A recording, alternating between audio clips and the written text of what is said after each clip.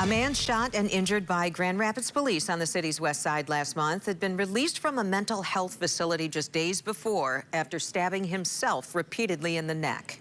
His mother says the mental health system failed her son, though she doesn't blame police for shooting him. Target 8 investigator Ken Kolker has more on this story tonight.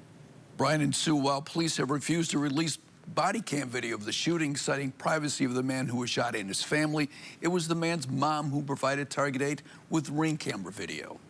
Looks like he's got something. The mom of 30-year-old Xavion Troutman says he was visiting his brother's house that day on September 25th. The home is on Broadway Avenue Northwest near 4th Street. She says her other son told her that he had called 911 after Xavion pulled a knife on him. Whoa, drop the knives, man. Put him down. Officers tried talking him down. Okay. You take off. Don't get the knives. Nope. Just leave without him, bro. Just leave without him, dude. You can get him some other time. Tonight's not the night, okay? So you literally just walk out that door and take off and you're good. Don't bring the knives. Less than 2 minutes later, after police backed off into the yard, police have said that the suspect charged officers with a knife, leading 2 officers to deploy tasers, which were ineffective. The officers then shot him, striking him multiple times. 17-12, shots fired. Officers at 10-4, suspects down. He probably should have been dead when he jumped at him with a knife in his hand. So you don't have any question? I mean, do you think the cops had any choice? I think they gave him enough time to try to do what was right, and I think they really handled it at that time the best because. Though she questions how many shots were fired and why a police dog bit her son after he was down. The ring camera stopped recording before that happened, but police confirmed he was bitten.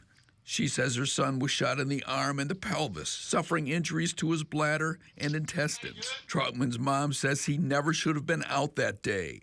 He was a running back at Kennel Hills High School, but by 2018, when he was 23, he started hallucinating and hearing voices that told him to hurt himself and to hurt random people, according to court records. Records show he was paroled in May of this year from prison, where he was serving time for assault and possession of meth. Then in mid-September, about 2 weeks before police shot him, he stabbed himself repeatedly with a knife after an argument with his girlfriend. He stabbed himself in the jugular, so they had to do surgery.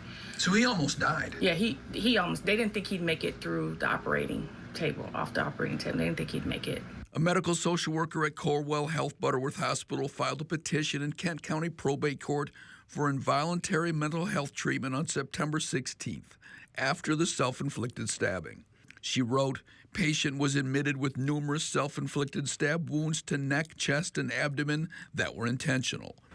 A doctor diagnosed Troutman with major depressive disorder, writing that his suicide attempt was, quote, nearly successful and required emergency surgery and ICU-level care to save his life. Another report said he, quote, felt trapped and didn't want to return to prison. An initial court order called for 180 days of treatment, including up to 60 days at Forest View Hospital. But his mom says Forest View discharged him in less than a week, leaving him homeless. And they said that he didn't really have a mental health issue. He had a drug issue, which he does have a drug issue that I'm aware of. But I felt like somebody stabbing himself that many times and in stabbing himself in the jugular is a mental issue. I think if they kept him at Forest View or sent him to Pine Rest to get the help that he really needed, I don't think it would have happened. Grand Rapids police have refused to release body cam video of the shooting, saying they were trying to protect the privacy of the suspect and his family. I told them not to release it until they showed it to me.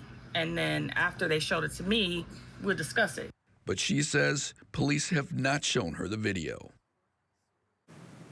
Grand Rapids police refused to comment, citing the ongoing state police investigation. A Forest View Hospital administrator declined to comment due to patient privacy.